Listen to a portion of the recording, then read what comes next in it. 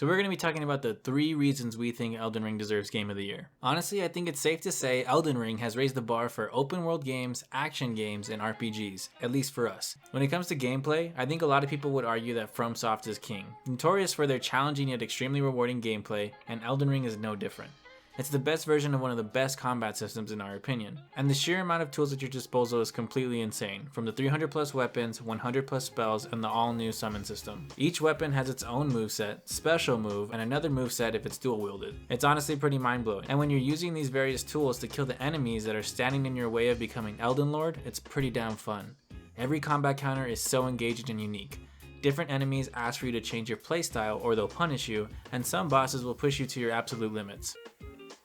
To be completely honest, this was my first FromSoft game, and I knew what to expect from the gameplay and I wasn't disappointed, but the world design completely caught me off guard. Truly, I think this is where Elden Ring really outdoes itself.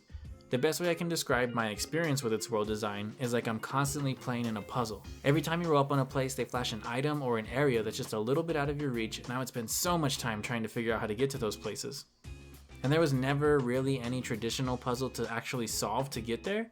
All you had to do was just pay a little bit more attention to your surroundings, and eventually you'd find the place you saw an hour ago. And each time that happened, the serotonin in my dumb little brain would skyrocket and I couldn't wait to get my next fix. There was also times where FromSoft would just completely fuck with me. For example, I can't remember exactly what the crypt's name is, but you think you're in some sort of weird time loop thing when it's really just actually clever level design. And that was an experience I'll never forget.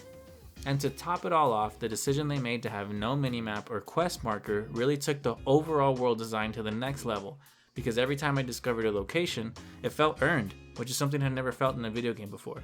Whatever build you have in your head, you can make it. And honestly, I think that's the biggest compliment you can give an RPG. And each build's playstyle is pretty much accommodated in the gameplay. However, I will say, a pure melee build will get absolutely screwed over in some boss fights, but in a way it encourages you to kind of branch out and try new things with your build. You can also alter your weapons to better suit your build, amongst a bunch of other things you can do to make your character feel completely unique to others. And yeah, that's it. That's why we think Elden Ring deserves to be Game of the Year.